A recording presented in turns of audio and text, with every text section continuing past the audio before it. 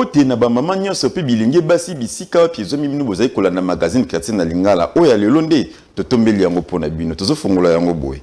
Vendredi nyonso ya yambo ya santé ya misato e bengami journée mondiale ya prière. Bolanda ndenge nini prophète Eli Lutumba alobi pona tina na mabondeli.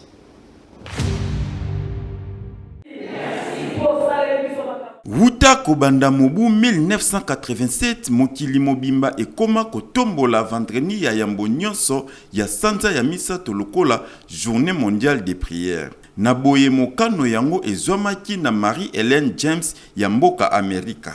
Na yango prophète Eli Lutumba alimboleli biso nini yango nde penza losambo. Eza moment moko opportun oyo nzamba pesa biso pona ko livrer babitumba na biso molimo.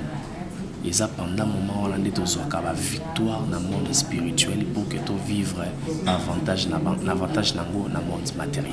Bien sûr, chrétiens sont obligés à resembler à tokoki ko séparer de vie chrétienne na losambo. Jamais. Yesu na biso moko tango aye avant banda ministère assemblée. Tout au long du ministère n'est pas ensemble. Même si nous sommes ensemble, donc on ne peut pas dissocier vie chrétienne la vie de prière. Naboye tokotalisa na biso ete célébration ya losambo ya mbula oyo ezwami na mokanda ya ba Santu Petelo ya ba Efeso na mikanda ya boyokani ya sika.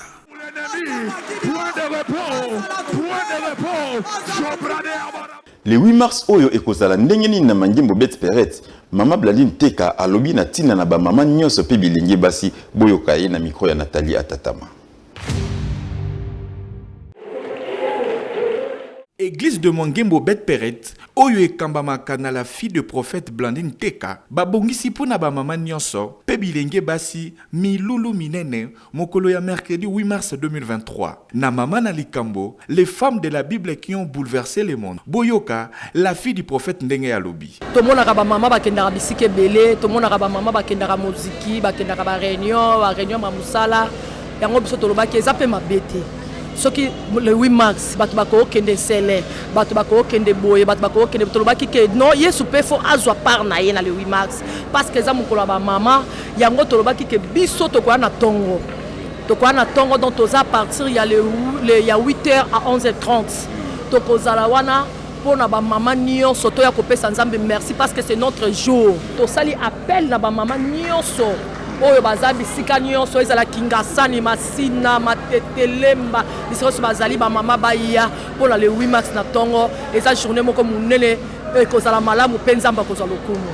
En tout cas surprise eza bukolo wana tokokuta na motei na biso ya site ya malamu mama la biso lobaka bien tokozala na mama la bombi mama wana tokozala na lekunda akozala wana équipe na bango nyonso mobimba. Mama na elenge mwasi le 8 mars ko vanda na ndaku te ko kende pe na bar te kasi yaka kozwa ya motuya elongo na Yesu na avenue Makanza numéro 62 Shaba Gambela na commune ya Ngiringiri ko banda 8h kino 11h30 mabina pe ekozala na Bakunda Sisters boyende zalaka.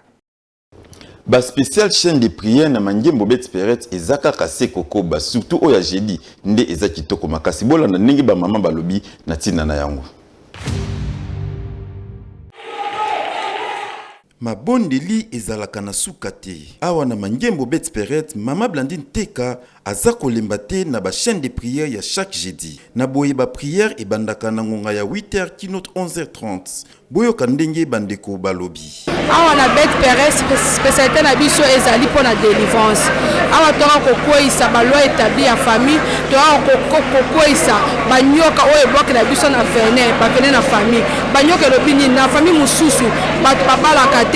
Na famille mususu, bakatela bango mundelu 50 okoko lekisate fo kufa. Na famille mususu, soko bali mobali fa kufa. Nde toka koluka délivrance spécialité na biso na Bet Peret ezali plus sur la délivrance. Nzambe azo makambo kokamwa na Bet Peret. Azo changer ma vie à Batou, azo bongola ma vie de prière à Batou. En tout cas, azo sala que ma vie de prière d'abord na biso et mata. Azo sala aussi que tous à la vraiment ba combattante ya ba foyer na biso. Azo sala vraiment que tous à la basi oyo tous tele mama ba bondeli pour na ba famille na biso. La chaîne de prière oyo naza témoignage justement quand mobile nga tozu visa. Donc c'est un peu ça. Depuis d'ailleurs, bon, témoignage est belé, mais entre autres, notre chose soit Calamine il y a une semaine. Là, on a aussi visa il y a Canada, la bande au Sambelango, aussi, tout ça. Ndeko nanga, le sambo efutaka, le sambo epolaka te. Yo mutu oyo ozana ba problème, solution ezana mangembo bet peret. Pokuna bangonde batokisaka mabondeli ya solo solo. Nzambe ya mama Blandine Teka aza kozela yo. Dédicace ya etumbelo na mangembo mimosa ekozala dimanche oyo ya le 5 elongo na révérend Espérance Mbakadi. Bolanda ba précision na elema oyo.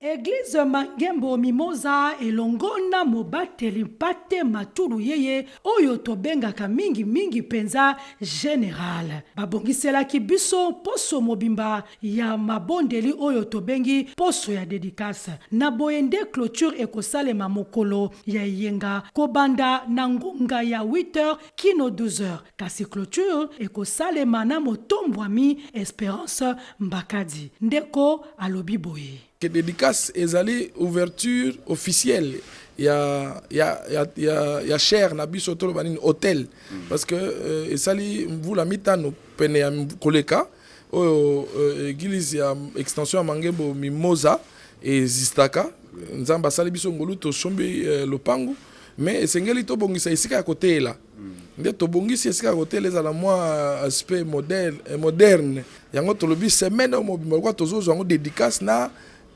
cher wana ezwa lipamboli na yango surintendant général l'évêque Espérance Mbakadi pona mbala liboso bana biso tozala nde azali kokita na Mangembo Mimosa pona koya kopambola biso nde to simbi événement wana nyonso misato esimbani na nzela moko mpo soki to conclure to clôturer yango dimanche le 5 mars à partir de 8h. Mangembo mobimba en général qui sasa mobimba en particulier Mimosa toyeba que awa mosala nzamba ye sangwa sika makamba sikelinge bandana Mangembo Mimosa. Mangembo Mimosa oyo etambwisamaka na papa matulu yeye ezwami na avenue du tourisme numéro 25 en face ya pont carrière Ledia na quartier Kinchuka pêcheur na côté tobengaka Mimosa na commune ya Ngalema. Boyeyi bolamu. Katia Yesu lupemba eza. Amen. Célébration 1 an d'existence na Mangembo Bet Peret ezalaki vraiment somo. Kasibola na nini oba mama balobaki na micro mokolo yango.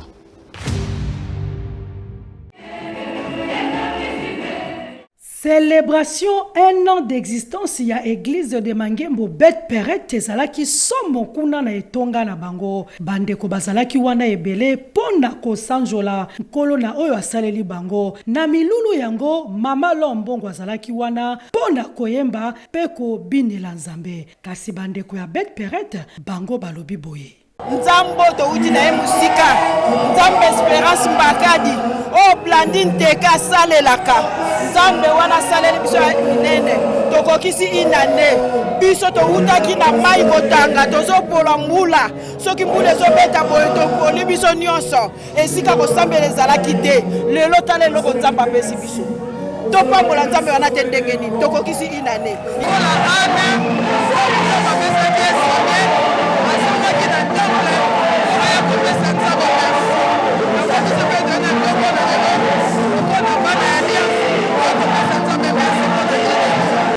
Lelo to célébration parce que Nzambe o azosala na Blandine Teka na onction ya père na biso Espérance Mbakadi Nzambe azosala makambo minene en esika Bet Peret. La célébration ya Bet Peret pesa kinene na biso soki totali kotako uti na kino na esika tozokende sangana salobi baza nzambe yango tozosepela makasi na célébration mokolo.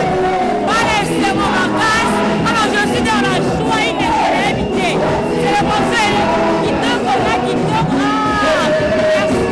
Ndeko nanga kozongisa matondo epai ya nkolo na oyo asaleli yo ezalaka malamu mingi penza esengeli na biso kosala lolenge Mangembo Bet Peret na mama Blandine Teka basali po Nzambe akoba na kosala biso lisusu bolamu ebele boyende ezalaka.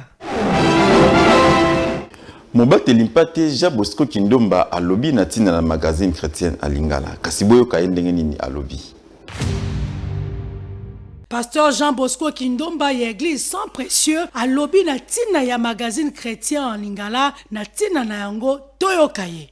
Oyebi tanga na bongoli motema na lingala. Bible na ngai liboso mama asombela kinga ezaki Wizaïr. Et puis yangwana même na losambo na ngai soki na koti na lingala même soki na zotea il y a des mots que je comprends très bien na lingala que na français pour eza monoko oyo ngai na pisaki bomoi na ngai pa na nkolo et na kosenga bandeko. C'est vrai que le bac français mais to la na magazine oyo na vers pâturage télévision ya ndeko na biso pe moninga pe mwana avec Espérance Mbakadi tokoka kolanda yango un magazine oyo ekozala malamu mingi po ekolendisa ekotonga bomoi na biso. Bible elobi na biso soki bana nzambe bakutani fo basédifier ko édifier lingi kotonga. Et je crois que au travers na télévision toko landa yango na YouTube pe na vers pâturage pour etonga bomoi na biso. Donc na encourager bao nyonso baza ya Kristo na kati ya engumbo ya Kinshasa pe na libanda na nzinga bipa nyonso koki kozala na câble na vers pâturage okoki kolana magazine alingala. Ndeko pasteur, ndeko chantre pe bato nyonso basalaka œuvre ya générosité, magazine chrétien na lingala eza wana pona kolobela bino na télévision pe na ba réseaux sociaux na tina na yango boyamba ye maboko polele po na magazine chrétien en lingala yango ezosala mosala na ndenge penza elongo bani tika nzambe apambola bino. Yesu aza mokonzi pe mobikisi na biso yango ninga kolakisa ete magazine chrétienne ekomi na suka me ya mbotoka bwana totala nini o makomi elobeli biso na mokolo mwa lelo.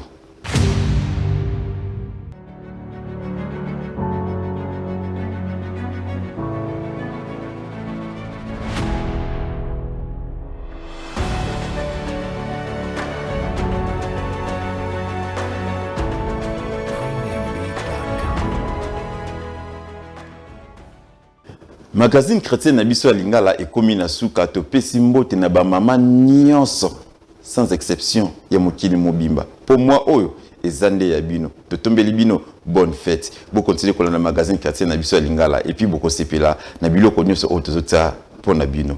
To pesi bino bye bye.